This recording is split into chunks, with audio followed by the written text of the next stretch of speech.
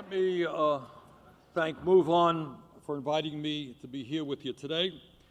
All of you know there are many enormously important issues, including the need for Medicare for all, forgiving student debt and making public colleges and universities tuition-free, raising the minimum wage, criminal justice reform, immigration reform, and addressing the global crisis of climate change, among other issues. But there is one issue out there that does not get the attention that it deserves, a very big idea, and that is the need to stop endless wars and to bring the world together to find diplomatic solutions to international conflict. Today, we are preparing to send soldiers to Afghanistan who were not even born on September 11, 2001. We have spent $5 trillion on the wars that have taken place since, not just in Iraq and Afghanistan, but also in the Saudi-led intervention in Yemen, a horrific war. And now we have some of the same people that got us into the war in Iraq trying to start a military conflict with Iran. We have got to stop endless wars. We have got to cut military spending. Now, recently, I have been attacked because of my opposition to unnecessary wars. I make no apologies as a young man for opposing the war in Vietnam. I make no apologies as a congressman for doing everything that I could to prevent the disastrous war in Iraq. And I am proud right now to have led the effort to get the United States out of an unauthorized, unconstitutional war in Yemen. And let me be absolutely clear, with the Trump administration proposing to send 10,000 troops to confront Iran, I will do everything in my power to stop a war with Iran. It is time to bring our troops home from Afghanistan and Iraq. It is time for Congress to assert its constitutional prerogative and repeal the 2001 and 2002 authorizations that have been used as a blank check to send U.S. troops into harm's way. But it is not enough to just end military interventions. It is time to end the entire policy of endless wars. Using war and militarism as the first and only foreign policy tool has undermined the United States' moral authority, caused allies to question our ability to lead, drained our treasury, and corroded our own democracy. When we end endless wars, we can finally begin to ask ourselves, how do we move toward a global community in which people have decent jobs, adequate food, clean water, education, healthcare, and the housing that they need? How can we band together as a planet and end the absurdity of the rich and multinational corporations stashing over $21 trillion in offshore bank accounts to avoid paying their fair share of taxes in the United States and around the world? And obviously, how can we bring countries all over the world together, dealing with the existential threat, not only to our country, but the world, of climate change? No one country can solve climate change alone. This is a crisis that calls for international cooperation if we are to leave our children and grandchildren a planet that is healthy and habitable. And here is my dream. You want a big idea? Here is a very big idea.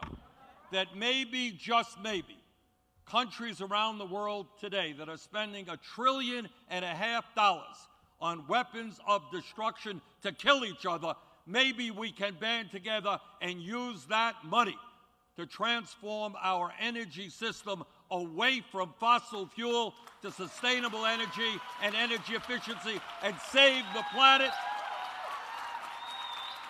and in the process create millions of good-paying jobs. That is my big idea.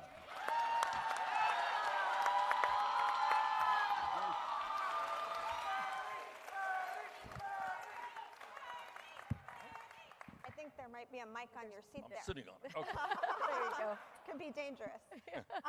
Thank you for sharing that. I think you always have a really great way of being able to paint a big picture and show how these issues are all connected. So can you maybe talk about what after 4 years of your new foreign policy, what the biggest difference that Americans would feel in their everyday lives under 4 years of your policy? The differences would be enormous. Imagine having a president who not only did not understand that climate change is real and causing horrific problems right now, but think about having a president that is reaching out to China and to Russia and to India and Latin America and Africa and people all over the world and saying, you know what, let's stop killing each other. Let's come together for what is a global crisis. America can't solve this alone. China can't solve it alone. Can we use this frightening moment to bring countries of the world together to save the planet for our children and grandchildren? And when we do that, we create millions of good-paying jobs. We cut back on pollution. And at the end of the day, we save money to invest in our kids and our parents rather than just on the military.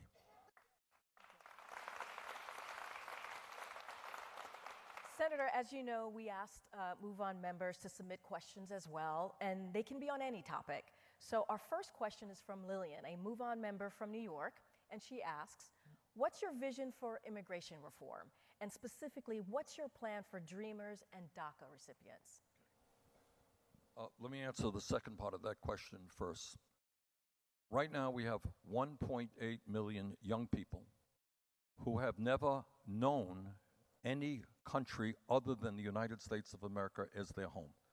As president, I would move as quickly as possible through executive order or whatever means necessary to make sure that these young people have legal status.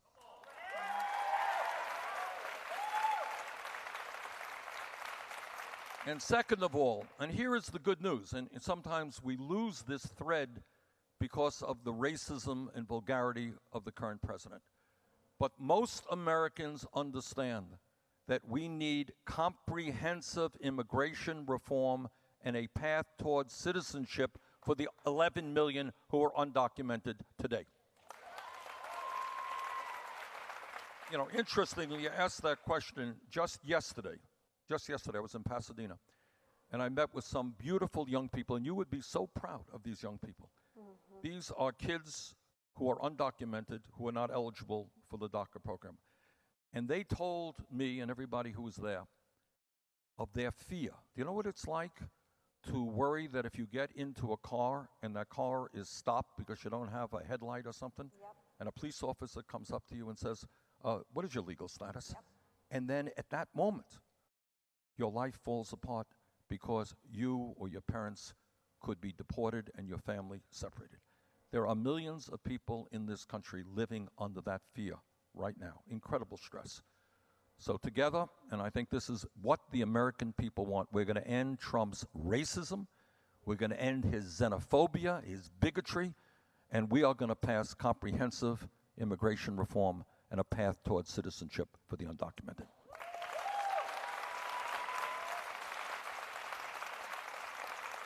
So I think this will be one of our last questions here. Some estimates show that the past 17 years of the war have cost us over $6 trillion. Meanwhile, the Pentagon budget is at a staggering $716 billion this year. Will your plan also be to include reallocating the Pentagon budget so we can focus on other things? Absolutely. Absolutely. And the reason I spoke to this issue, not to say that there are not so many other issues out there, but very few people are talking about this issue. And I have to say, let's be honest about it.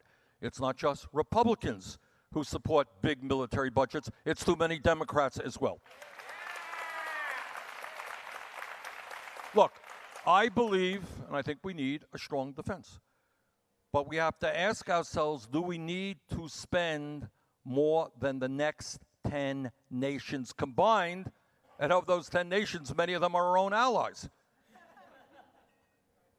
Is it, terrorism is a real threat. Al-Qaeda is real, ISIS is real. There are terrorist groups out there. We have to deal with that. But do we really need to spend over a period of years $6 trillion? You know what we could do with trillions of dollars in this country? We can provide health care to all of our people. We can make public colleges and universities tuition free. You know what it means in this country if we substantially reduce student debt for the 40 million people who are carrying that debt, rebuild our infrastructure, create millions of good-paying jobs? That is a lot of money. Yep. I mean, even in Washington, $6 trillion is a huge sum of money. And if we can begin reinvesting that money in our own people, we can significantly improve life for millions and millions of our fellow Americans. Well, thank you, Senator Sanders. Thank you very much for being here and making the time to be with Move On members today. We greatly appreciate you stopping by. Thank you so much. Let me thank you for the opportunity, and let me congratulate Move On for the great work that they do. Thank you. Thank you, Senator Sanders. Thank you. Thank you, sir. Good to see you. Thank you. Thank you very much.